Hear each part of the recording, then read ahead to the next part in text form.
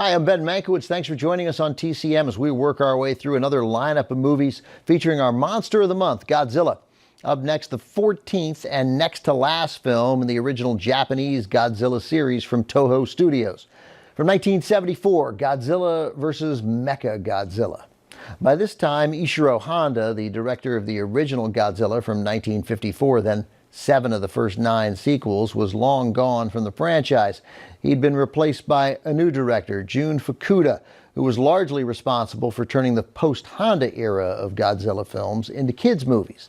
And that's really the only way to view them today, as children's films. By the 1970s, Japanese kids were into anime, bright colors, and especially robots. Not long after this picture begins, Godzilla rises from his resting place and begins wreaking havoc on mankind, which he hadn't done for some time in the movies.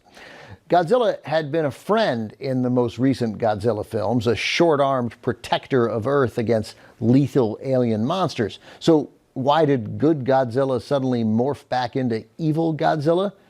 Because it's not really Godzilla at all, but Mechagodzilla, a giant robot monster. A second new monster is introduced in the film as well, King Caesar, who looks like a giant poodle. He doesn't shed, so he's a hypoallergenic monster. Good for sensitive kids. One final production note on the film: it was released in 1974, 20 years after Honda's original Godzilla.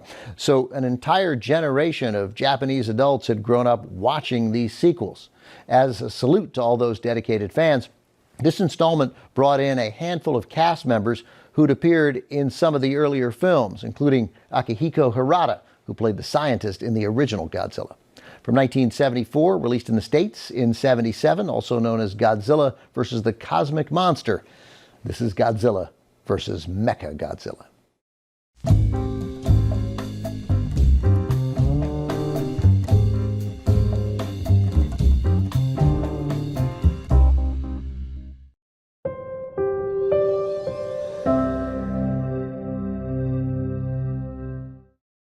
Godzilla vs. Mechagodzilla was released in 1974, 20 years after Ishiro Honda's original Godzilla hit Japanese movie theaters and stunned audiences.